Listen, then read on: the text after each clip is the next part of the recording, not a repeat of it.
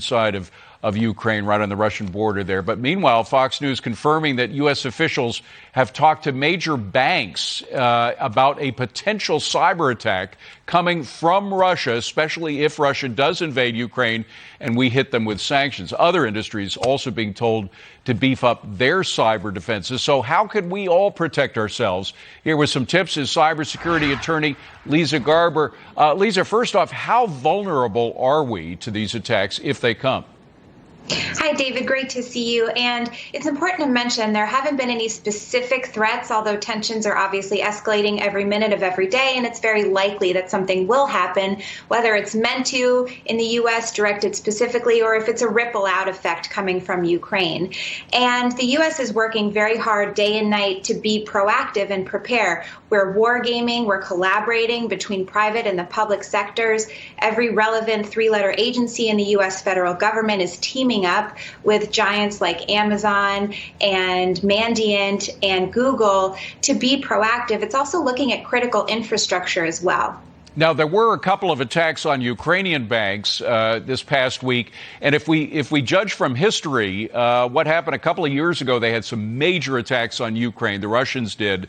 And some of that, even though it was supposed to be confined to the Ukrainian banks, it affected our companies, one of whom was FedEx. FedEx saw a disruption in its European services. So these attacks can spill over even if they weren't meant for us, right?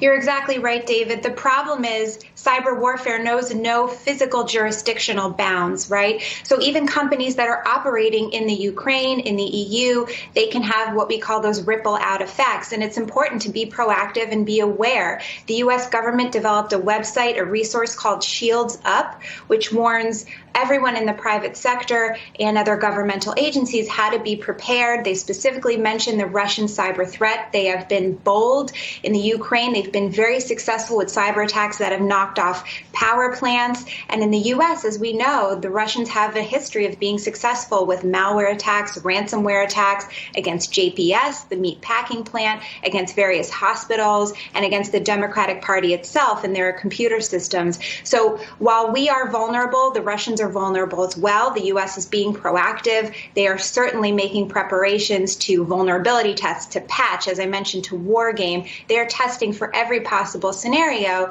And it's important to remember that as private citizens, we have to be proactive as well for our private businesses and then for our everyday activities. Now, we have made counterattacks, particularly a couple of years ago when we were attacked by the Russians during the Trump administration. We actually counterattacked with our own cyber attacks. Did that affect Russia severely? I mean, did they get the message, or are they still likely to try one against us, notwithstanding our own counterattacks?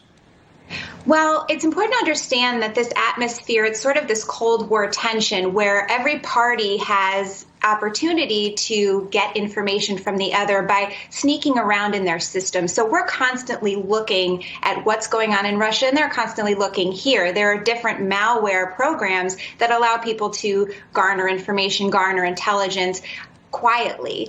And that doesn't mean that that's escalating tensions, but it means we might have a better sense of what's going on either side. So everything is constantly building to this rapid pace where we have to be prepared for a worst case scenario. The U.S., as I said, we have the NSA, the FBI working together with major private sector corporations to bolster our defenses. And we're strong. We have great resources. We are. But very quickly, Leeza, we got to run. But I'm just wondering the biggest fear we all have is we could wake up one morning and look in our 401k and the money's not there. Is that a possibility? Everything is a possibility if it's connected to the internet, but I have strong faith, and many cybersecurity and privacy experts do, in the resources, the talent that the U.S. has. We are being proactive, we are strong, and we will come together to fight this threat. We will indeed. And we will counterattack. There's no denying that. It's awful to have a cyber Cold War, which is what we're now in the middle of. Leeza Garber, thank you very much. We really appreciate it. Great information. That wraps up our show for you today. Thank you so much for joining us. A lot of breaking information. I hope we kept you abreast of everything that's going on from Canada to Ukraine and, of course, most importantly, right here in the United States. Keep it right here for the latest news. We'll see you next time.